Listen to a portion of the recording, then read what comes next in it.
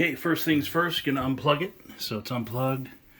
There's a torque screw right about here, one in the middle right about here, and one on the right side, about 1.5 inches inboard. This is what they look like. I believe they're T20s. Then you're gonna take the dispensing tray out. There's a little tab right here. Just take that out, set it aside. And next we're going to take out this Torx right here. It's the same thing. And then under here, there's a little hole right there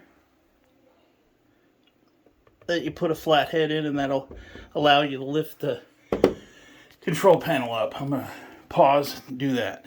The one that comes out of there, a little bit different, longer, same size, T20, I believe. So after you loosen that, you just got to pry up on this a little bit. See, I got this loose down here by putting that flathead in there. And then you just got to pry this up.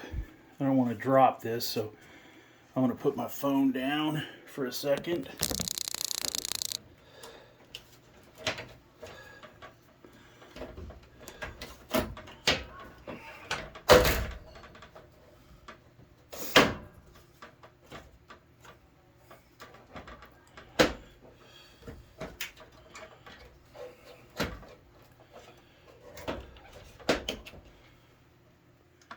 There's a little tab back there too. Let's see if you can see it. No, you can't quite see it. I'll show it to you after I get it off. Okay, there's that tab I'm talking about. And put it down. So it's right there and it goes into there. So you'll probably want to reach back here with a long screwdriver and just to press it this way right here so it'll slide out, and that'll get that off. You don't have to take these off. I wasn't sure. There's just little tabs up here that I had to get unlocked right here. One right there, one right there at the end. That's nasty up in here. Look at this crap.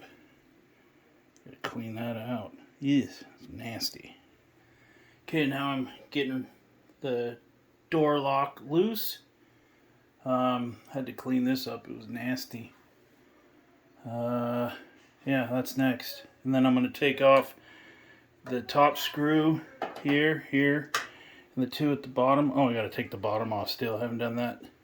And that's just two of these T20s. There's one right here, one right there. I don't think mine has a middle one. Yeah, it does. It has a middle one too. Still there. Right there, last one.